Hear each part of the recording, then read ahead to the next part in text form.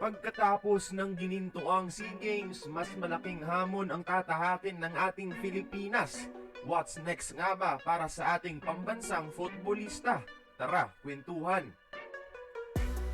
What a way to end 2025 in a golden manner sa SEA Games. Sa 2026, haharapin na naman ng ating Pilipinas ang buong Asia at aabangan natin sila sa AFC Asian Cup 2026 sa buwan ng Marso. Mas mahalaga ito mga ka-football dahil nakasalalay dito ang kwalifikasyon ng Pilipinas sa 2027 FIFA Women's World Cup at ang top 8 placers dito ay automatic na papasok ng Olympic qualifying tournament for a chance to play at the Los Angeles Olympics 2028. With so much at stake, syempre mabigat din makakalaban natin. Unang laro natin mga ka-football ay laban sa Australia on March 1. Isa sa mga top football nations sa women's at mas mabigat pa dahil sila mismo ang host country. We will be going up against their hostile home fans. Sa March 5 naman, mabigat din. South Korea ang kakalabanin natin mga ka-football. Ang team na tumalo sa atin sa semis ng nakaraang edisyon ng torneo.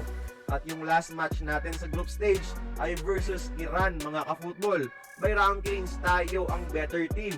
Sa August ranking, world number 39 tayo at number 68 naman ang Iran's women's football team.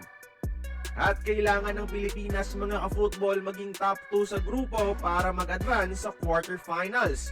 Expected at inaasahan kong outcome dito is manalo tayo versus Iran ng malaki, manalo o madraw sa South Korea, madraw o matalo ng maliit sa Australia. Pero mas maganda pa rin kung panalo lahat, di ba? Magiging factor sa standings ang goal difference in the event na magkaroon ng tie. So sana maging goal machine ng mga Pilipinas natin kontra Iran.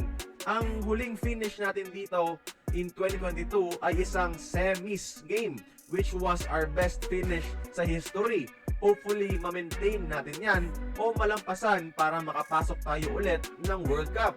Malaking experience ang maidadala ng mga batang players natin galing SEA Games. At sana din bumalik na ang mga veterans natin like Katrina Guiu at si Sarina Bolden.